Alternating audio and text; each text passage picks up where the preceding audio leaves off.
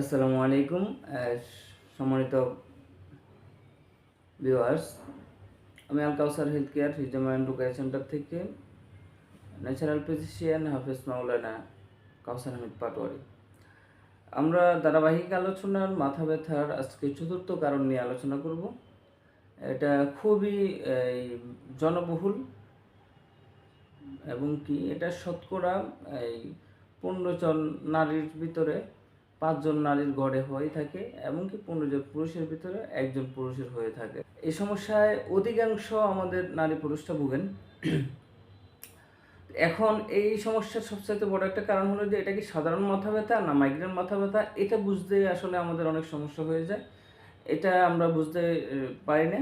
তো আমরা আজকে মূলত এই এটার কি সাধারণ ব্যথা না মাইগ্রেন, এই বিষয় নিয়ে বিস্তারিত আলোচনা করব এবং কি এটার লক্ষণ, কারণ, কেন হয়, ঘরোয়া চিকিৎসা, খাদ্যাভ্যাস পরিবর্তন, ন্যাচারাল চিকিৎসা এবং কি কিছু রোগ আমরা ইনশাল্লাহ আলোচনা করব। সর্বপ্রথম আমরা যে বিষয় নিয়ে আলোচনা করব এটা হলো যে এই রোগটার স্বভাব, এই রোগটার মূল যে এই কেন হয় এটা একটু আমরা জেনে নিই। মূল কারণ হলো যে আমাদের এই ব্রেনটে ক্ষারজাতীয় যে কফ বা শ্লেষ্মা যায়, ওই শ্লেষ্মা বা কফ যখন ব্রেনটে জমা হয়ে এই নার্ভ ব্লক করে দেয়, তখনই এই মাইগ্রেন ব্যথাটা হয়। এই যে নার্ভ ব্লক করা বা এই যে কফগুলা ওখানে জমা, এগুলা এই হওয়ার মূল কারণ হলো যে যাদের ঘন ঘন সর্দি হয়, তারা দেখা যায় যে সঠিক চিকিৎসা নেয় না, দোকান থেকে যে কোনো একটা অ্যান্টিহিস্টামিন ওষুধ খেয়ে নেয়। কিন্তু এটা যখন লং টার্ম এরকম হতে থাকে, হতে হতে একটা সময় যখন একটা মৌলিক চিকিৎসা না পেয়ে এটা ও শ্লেষ্মাগুলো কী হয়, এটা ব্রেনে জমে যায়। আর ব্রেনে জমে গেলে তখন যখন ওই নার্ভে যখন এই শ্লেষ্মাটা জমে যায়, তখন এই মাইগ্রেনের ব্যথাটা শুরু হয়। আরও অনেকগুলো কারণ আছে, তবে মৌলিকভাবে এটা একটা কারণ। মাইগ্রেন এবং কি সাধারণ মাথা ব্যথা চিনার যেই বিষয়টা, এটা বুঝবেন হলো যে মাইগ্রেন আপনার যে কোনো একটা অংশ ব্যথা করবে, হয়তো মাথার ডান পাশে, বাম পাশে, সামনে, পিছনে একটা অংশে ব্যথা করবে এটা। দ্বিতীয় আরেকটা কারণ হলো, আরেকটা মৌলিক বিষয় হলো যে মাইগ্রেন এবং সাধারণ মাথা ব্যথার ভিতরে পার্থক্য এটা হলো, মাইগ্রেন সকালবেলা থেকে ব্যথা শুরু হবে, রোদ যত বাড়বে এটার ব্যথার তীব্রতা তত বাড়বে। আবার যখন থেকে রোদের তীব্রতা কমতে থাকবে তখন থেকে আপনার মাথা ব্যথাও কমতে থাকবে। অর্থাৎ বিকেলবেলা যখন সূর্য ডুবি ডুবি অবস্থায় তখন দেখা যাবে যে আপনার মাথা ব্যথা চলে গেছে। তো এই যে দুইটা লক্ষণ খুবই কমন, এটা মানে মাইগ্রেনের। এই দুইটা লক্ষণ যদি আপনি দেখতে পান তাহলে মনে করবেন যে আপনি মাইগ্রেন। আমরা এবার আমরা কারণগুলো আমরা আলোচনা করি। সাধারণ কারণের ভিতরে 1 নাম্বার আলোচনা তো করছি যে এটা ক্ষারযুক্ত কফ শ্লেষ্মা যখন জমে তখন এই সমস্যাটা হয়। 2 নম্বর বিষয়টা আমরা আলোচনা করছি কারণ যে যাদের বারবার সর্দি বা কাশি হয়, মহিলাদের মাসিক গোলযোগের কারণে এই সমস্যাটা হয়ে থাকে এবং কি যদি জরায়ু সমস্যা থাকে তাও হয়ে থাকে। এবং পুরুষদের এই হস্তমৈথুন বা যৌন সমস্যার যদি থাকে, কারণ থাকে ডিপলি, তাহলে এই সমস্যাটা হয়।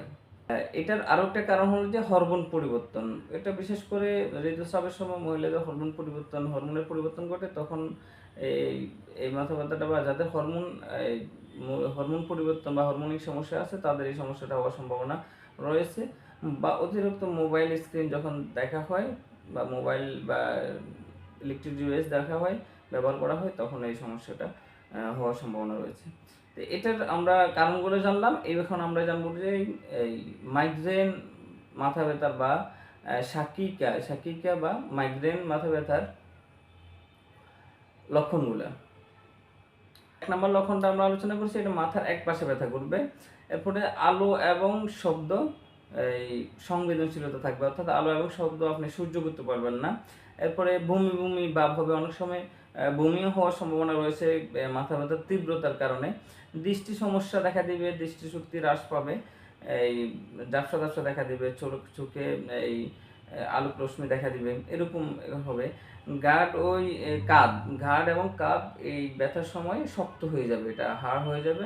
ব্যথা শুরু হওয়ার পূর্বে সংকেত আসবে, অর্থাৎ আপনার যখন মাথা ব্যথা শুরু হবে তার আগে কিছুটা সংকেত দিবে যে আপনার মাথা ব্যথা শুরু হচ্ছে বা এই ধরনের কিছু আলামত দেখা যাবে। তো আমরা এই লক্ষণগুলো জানলাম। এখন আমরা মাইগ্রেন থেকে বাঁচার জন্য ঘরোয়া কিছু টিপস আমরা এই জানবো। ১ নাম্বার হলো যে আদা চা। আদা চাটা খুবই উপকারী। এটা আপনি সকাল বিকাল করে খেতে পারেন আদা চা। এরপরে পুদিনা পাতা প্লাস এরপরে পুদিনা পাতা সাথে লেবু পাতা মিক্স করে এই আমরা চা করেও খেতে পারি। এটা যথেষ্ট উপকার দিবে। এবং কি মাইগ্রেনে ব্যথার জন্য একটা ঘরোয়া খুবই দারুণ একটা চিকিৎসা হলো যে লবঙ্গ ফুঁড়া ধোঁয়া। লবঙ্গ ৪-৫টা লবঙ্গকে ফুঁড়ে ওই ধোঁয়াটা যদি আপনি নিঃশ্বাস দিয়ে টানেন তাহলে ইনশাল্লাহ আপনার মাথা তাৎক্ষণিকভাবে সেটা হলো যে তিলের তেল এবং নারিকেল তেল এই দুইটা থেকে যে কোনো একটা দিয়ে আপনি হালকাভাবে মাথা ম্যাসাজ করতে পারেন। এরপরে এই আরেকটা এই ঘরোয়া চিকিৎসা হলো যে বরফ থেরাপি। বরফ থেরাপি আমাদের ডাক্তার জাহাঙ্গীর সাহেব বরফ থেরাপির বিষয়টা খুবই এই গুরুত্ব সহকারে দেন। এই বরফ থেরাপি যদি নিতে পারেন তাহলে এই মাথা ব্যথাটা ইনশাল্লাহ অনেকাংশে কমে যাবে। এরপরে তুলসী ও মধু মিশ্রণ করে এই খেতে পারেন, তাও খুব ভালো রেজাল্ট আসবে। এরপর যে আমরা ইউনানি চিকিৎসা এই যদি আমাদের এই ঘরোয়া চিকিৎসা এবং কি এইসব বিষয়গুলো থেকে সতর্ক থাকার পরে যদি আমাদের ব্যথা না কমে তাহলে অবশ্যই আমরা ন্যাচারাল চিকিৎসা নেব। এই ন্যাচারাল চিকিৎসার জন্য সর্বপ্রথম আমরা যেই ওষুধটা ব্যবহার করতে পারি এটা হলো যে হাব্বে আজরাকি। হাব্বে আজরাকি কী কাজ করবে আমাদের? হাব্বে আজরাকি আমাদের এই স্নায়ু শক্তিটা শক্তিশালী করবে এবং কি পক্ষাঘাত বা এই স্নায়ু শক্তি দৃঢ় করবে। তো এটাকে আমি একটা করে দিন ২ বার খেতে পারি, সকাল এবং রাত্রে গরম পানি বা দুধের সাথে। আর ২ নাম্বার আমরা যে ইউনানি ওষুধটা সেবন করবো এটা হলো যে এত্রিফুলোস্টোকুদুস। এত্রিফুলোস্টোকুদুস এটা আমাদের মাথার যেই এই কফ জমে যে সমস্যাটা তৈরি হয়েছে ওই কফটা পরিষ্কার করে দিবে।